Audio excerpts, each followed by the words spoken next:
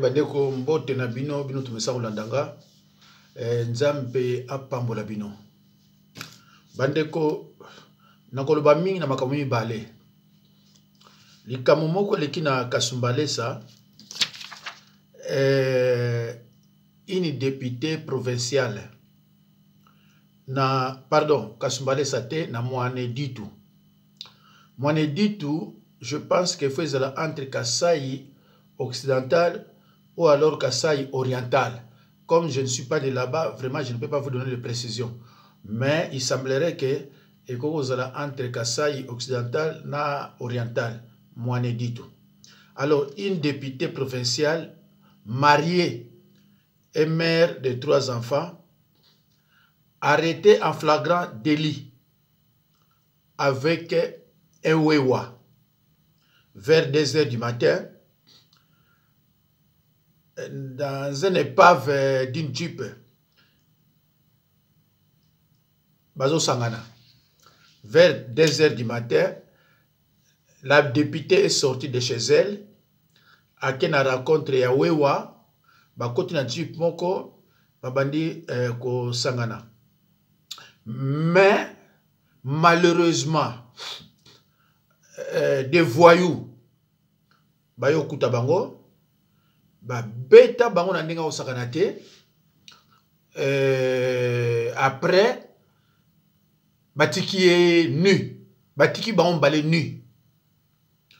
Bon, moi en tant que pasteur et vous avez aussi des enfants nakona accepter une nudité wana te mais nakona accepter ko extrême ken na banzi ya seconde après na kati ya mo bandeko eza mawamiki na sauvagerie o eza na Kasai, vraiment bolimbisa me bakasaye ce ne sont pas des Congolais. Donc tous la mentalité mon côté, tous la comportement mon côté, tous la éducation mon côté. Na biso ba Congo, je précise hein, na biso ba Congo. Pour nous am Congo ba kuti ba batu na éviter. Moi si soko azaya yote okomona nudité na été. Moi si soki azaya yote. Ozana droit ya komona nudité na yote, sinon te okoyi na kati ya malédiction.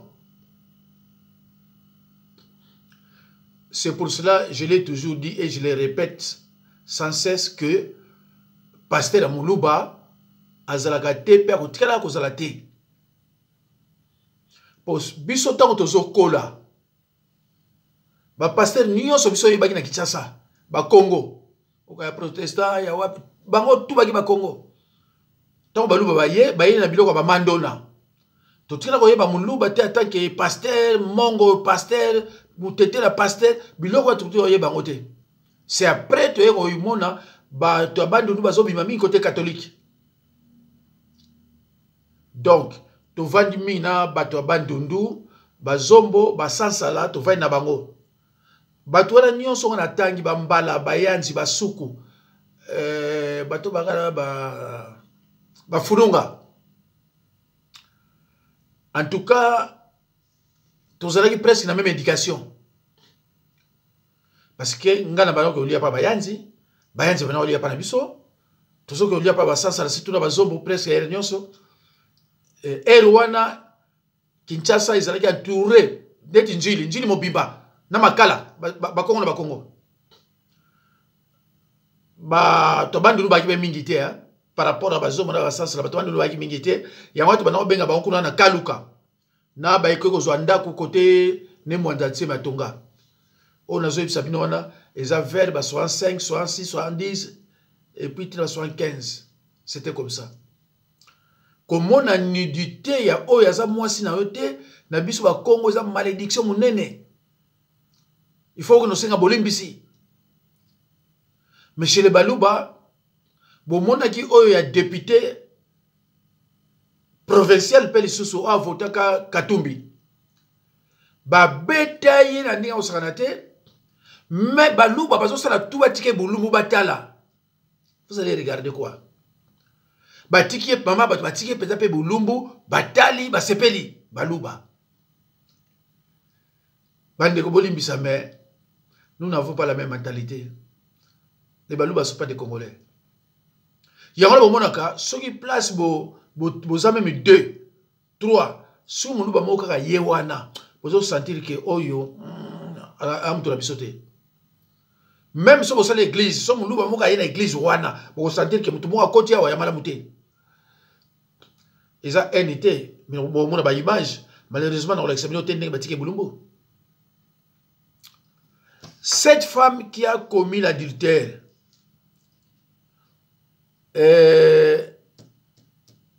notre Seigneur ne condamne pas une femme qui commet ou qui a commis l'adultère, mais on condamne l'homme.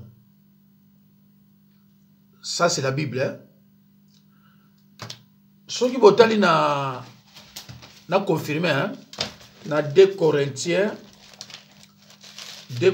ou bien 1 Corinthien. Maintenant, on a 1 Corinthien 5. On a précisé. On a dit que to beta gamwa mukema baku.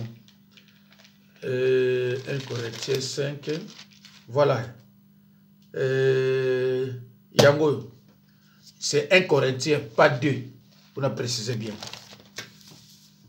Ce qui est dans 1 Corinthien 5. 1 à 5. Autant dans la Bible. Parce que la Bible a référence à la Bible. Référence à la Bible, c'est la Google. Mais Bible. Parce que Google, les gens, tout le monde, comment on a dit, esprit, peut-être, mon sang tout est.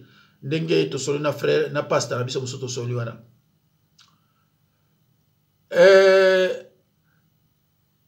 L'église ya Corinthe. Femme, on va kuna. À ça qu'il y a une pédicité, na jeune garçon. Mais on a livré ce jeune garçon à Satan. Livré à Satan, c'est-à-dire, bengani une église, à qu'elle vraiment à se repentir. Et je moi tabongo, bazongi saye. Mais on n'a rien parlé de la femme. Balobela vous moi cité. Parce que la Bible est sur le biso. Na 1 Pierre. L'épître Pierre, on a 1 Pierre. Et sur le biso que moi si asa être moko faible. C'est pour ça que on a ceux qui moi ça mokumba, jeune fille azu mokumba. Tango ba ga otika ye, ba otika pa mbali, ba bi yom to kosaki. Donc moi c'est à cause de la ministre, première ministre, docteur, professeur Zoye Mwasi. Ma bale belezo kufa. Pour battre belezo Mwasi neti mutuleti ye. Bon, ça peut-être ça moi dit, hein, mais conformément aux écritures. Ce que je dis que Azali dit yo, à ce qu'on a opé beaucoup bona. Mais Zoye, Aza être mon faible, il va pas ébélé.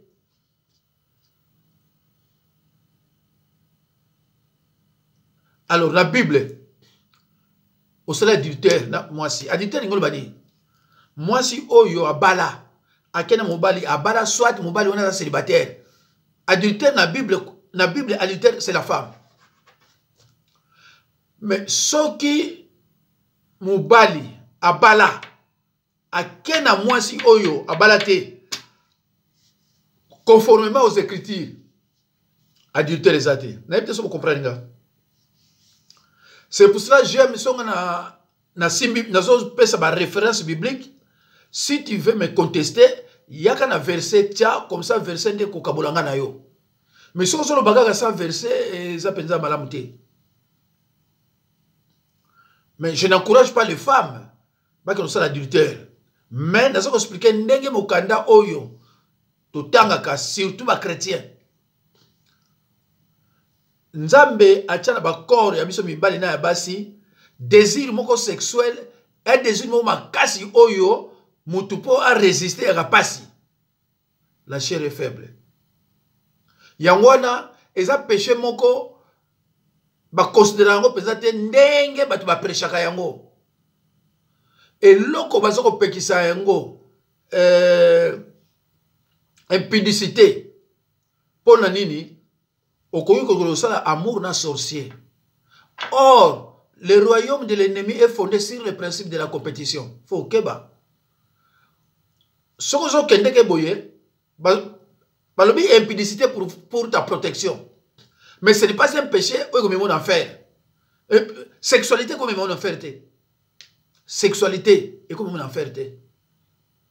Mais parce qu'on protéger que ça là yango pesate parce que on no kuta na paix au seul amour na démon yo connaissez que ça mutu.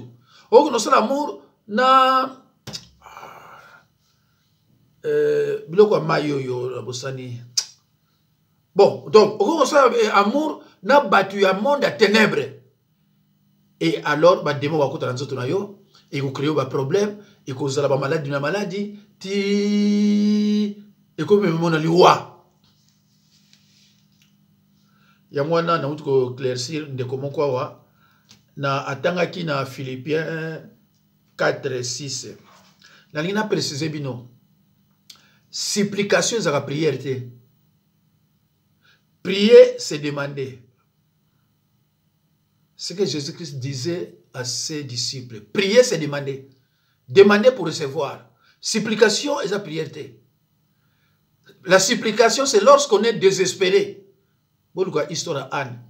Lorsqu'on est désespéré, Kolo, ochemisu wapi. Supplication, c'est la prière. Confession, c'est la prière. Adoration, c'est la prière. Voilà. Louange et la prière. Bon, nous avons définition de bango, définition de bango, bon, comprendre que la prière. Prière, c'est demander et s'il prière d'autorité, et ça raté dans la Bible. Prenez l'autorité. Voilà, bon. Le lo, n'importe qui, à comment on va passer dans Nzambe, qu'on va commencer, il y a un peu belé, parce qu'on a des routes. Bandeko, et entre parenthèses, je sais que parmi Bino, bateau belé, il y a un peu mais ceux qui ont besoin de n'avoir rien peut pas commencer tika nzamba zolo kumu. Alors na parlé na likambo ya mama oyo epesi na pasi. C'est vrai. Puisque la Bible est condamnée été, Seigneur peut condamner été, mais puis on condamné pourquoi? Jusqu'à ce que betaye azana bana misatu bana na iba mona ningazali ba oncle na ba papa leki na ye, mais ça c'est quelle éducation? Quelle éducation? Tant on va bino que pester mulu balagate, oui, ba tu bebele le ba ko mondi milanga, ba so ba dibate. Parce que na mboka o ba pasteur balaka, il faut mona même éducation na bango. Biso koli na ba boka ba pasteur. Ah mais non, faut mona. Yo mona mwasi. Ngana landa petit c'est la quartier na betaye po aiko ko mona libanda na liputa. Ah ouais, na liputa. Na landa ina betaye na kota kata sabe tima mana ya laki na beti kuna. Na tuniye olingo bana mobulu. Pokaka à notre époque au comme on a poitrine moi moi cité. Mais ya bimi akasa ngana kina classe déjà organisation na pété pendant nos vie scolaire. Yepe na kuta asokombola. Na libanda wana mais na liputa. C'est-à-dire awa abombi rien. Éducation psychologique na moza ki amwana. Bongo sikoyo ekoma que maman ba plaisir ba désir moko exagéré on za matière na kata nzoto abatu. Ake esala ki e soko za satisfait na kata ndako akosala ngote ake akutana nani wewa député hein? Mais akutana nani na wewa be ah atayo yakaka. Et puis et ceux qui n'est na ndengini na makofi et na makofi banani ya ba barbare ya ba incompréhensif. C'est vraiment malhonnête ça. Bon, bande koto me kakota la bandi 2 secondes hein. Yango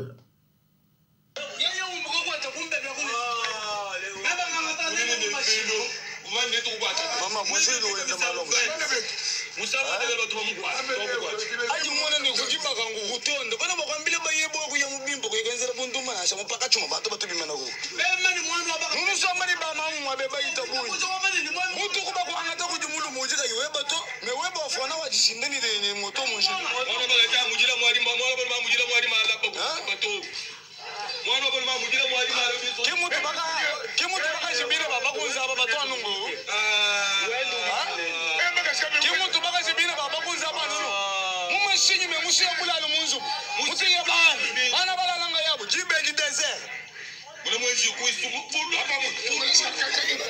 Alors, Bolimbisa Bandeko. Voilà. Bolimbisa Soki Kamwa Ndamugo Monana. Pour wana ba komi na niveau, basi batika mobali, siko ba komi na niveau, faut ba kanga mwasi ba longola bilamba. Quelle sauvagerie, quelle éducation. Bandeko, le corps de la femme quand même est sacré. Comment Namboka de Bino, beaucoup plus sa corps et moi c'est respecté à Tamke. Publiquement, boso long aïbité. Aïbité. Azapen de kunayote. Ozape mobile na été. Bon, ne bazo ba ona biso zo kate. Ba o bazo yoka peut-être ba ko expliquer ba to ba commentaire. Nga mona yokite, mais na mona inde ba komela nga onyo en français. Et relais ça va bien té. Ceux qui vraiment aux camarades des étrangers et au que chez nous les gens se comportent de la sorte, c'est déplorable quand même, c'est vraiment déplorable. Bandeko, voyez histoire il y a David alulaka moi si mo babengi Bathsheba, belle de figure hein? Neti Rachel Bathsheba, Sarah, basi oyo Bible le bas de belles de figure. Yanga bande ko bomona moi si quelque soit ndenge ni azaka même na kitalata ye atala ke longi na ye parce que ayemi ke po balula nga ba otala longi. Avant balula nga ba otala côté nyonso mais d'abord longi. Donc biloko nyonso les na katia Bible. Bazo préciser que elle était belle de figure, boye tout ça. Donc moi si ce qu'on appelle belle de figure té ils en étaient moi souci. Mais Nambo na biso ba congolaise surtout ba congolaise même Nambo quand même awa so tali bango mona bango nyonso bazaka belle de figure ba femme congolaise. Bon, ne ba comment ba kisali sous bon, ezabasi c'est tout à fait normal. Alors, David amonaki Bathsheba qui toko makasi meya ki na basi na ye. Alors cette femme là a été mariée. Mon bail n'est comme les aki iri. Mais atina yi batwa no zoyer pour le moi si on na ayo mukutana roi ayo kutana roi azusemi. Mais bandeko David a sali tout pour moi mon bal on a dit que zemi za ya moi si na yeme eza ya yeme et simbakité. Mais lorsqu'on a condamné David, moi si balobine kuto le mote ba condamner David, moi si balobine yekuto ba kipete bazo kipe mobali yo muto kosaki yo muto bandaki et soto talipe baba kam ndenge zalaka mobali toujours muto bandaka jamais ko vana yo moi ça ko bano ngala lingi yo bon peut-être les abakamoko sur 100 peut-être cause de la 0,5 hein? Mais dans la plupart des cas mibali muto bandaka.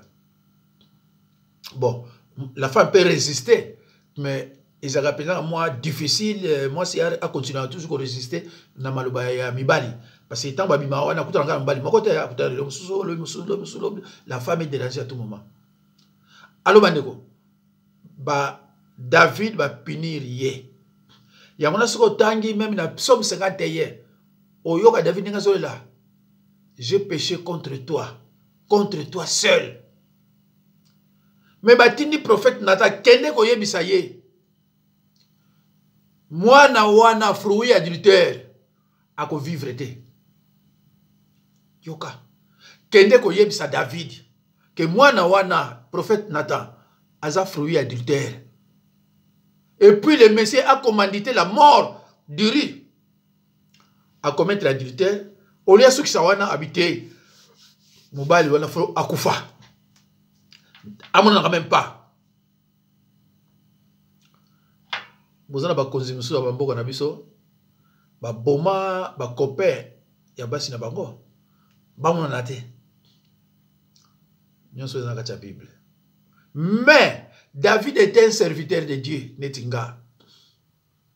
Donc David a ko boma yo pa boma Mais bino oba bomi bino na musala nzambe bino to keli felo. David a keli felo sani. Moïse avait tué Akenda li felo. Nzambe atindi archange keloko zoye kuna yaka na ye azaki serviteur nanga. Ndeko ba passe option mona ya ko délivrer ya ko lala ba 5h du matin. Nzambe atenaka compte nango. Donc ngana ko boma yo mto keli felo. Nga keli felo tenga saka ba sacrifice pa nzambe. Donc yo mto keli felo. Et voilà. Mais il fallait qu'on va punir David. Yawana moni nzambe alobaki na yeke na ndaku na yo passe ekota kuna okomona.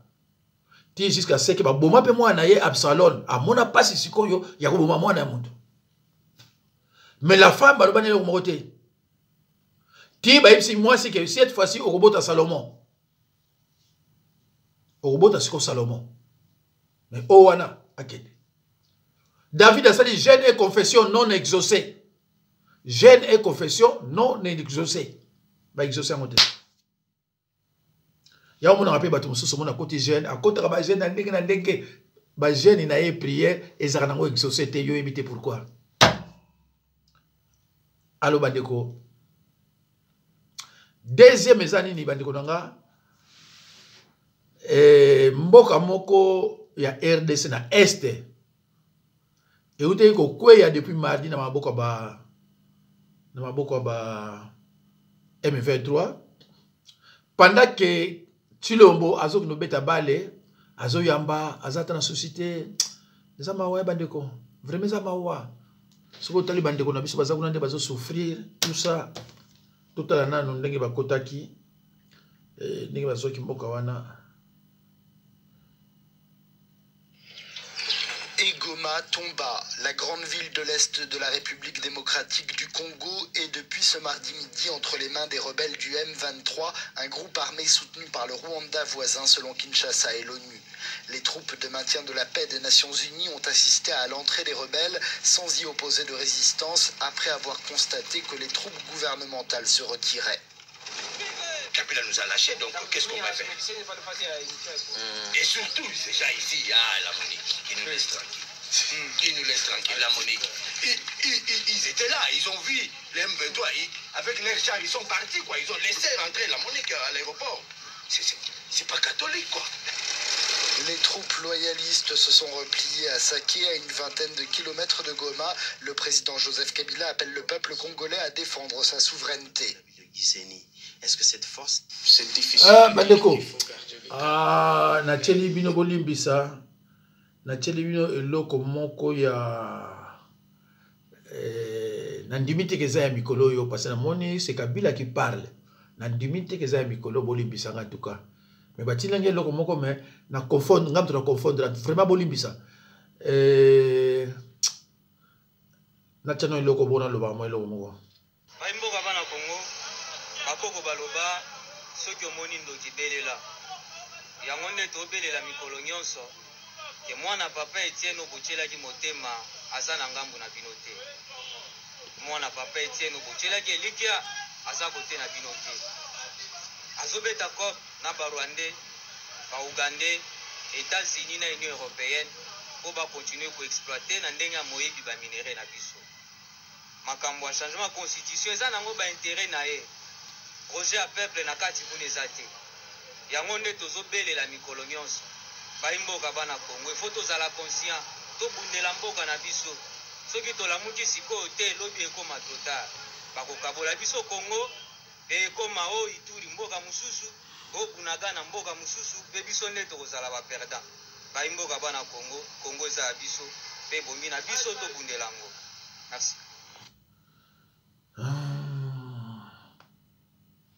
Tentative ya Bamba wana ya ko changer régime constitutionnel, c'est un crime contre la nation et l'État, un crime imprescriptible. Imprescriptible elingi koloba ndenge nini soki lelo balandi yo te même après 5 ans bakolanda yo.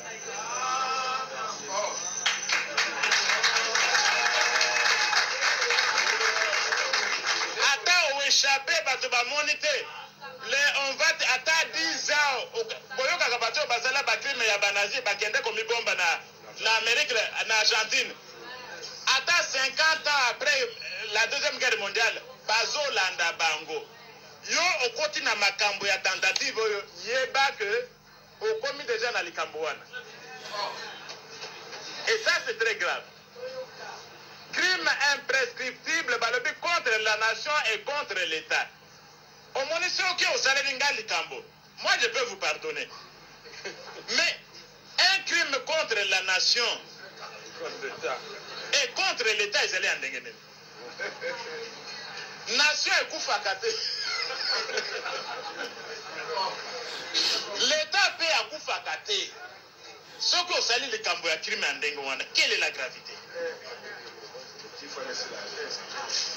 C'est très grave. Tentative ya pamba wana kokende kokota na réunion. Oh voilà, to changer constitution. Kokoti déjà na likambo wana. Toute tentative ya pamba kendo sala meeting boyo na lingi boyo okomi déjà na tentative wana. Bosangani quelque part soki bokenda ko kolia maki. Oye ba ko likambo wana ibali.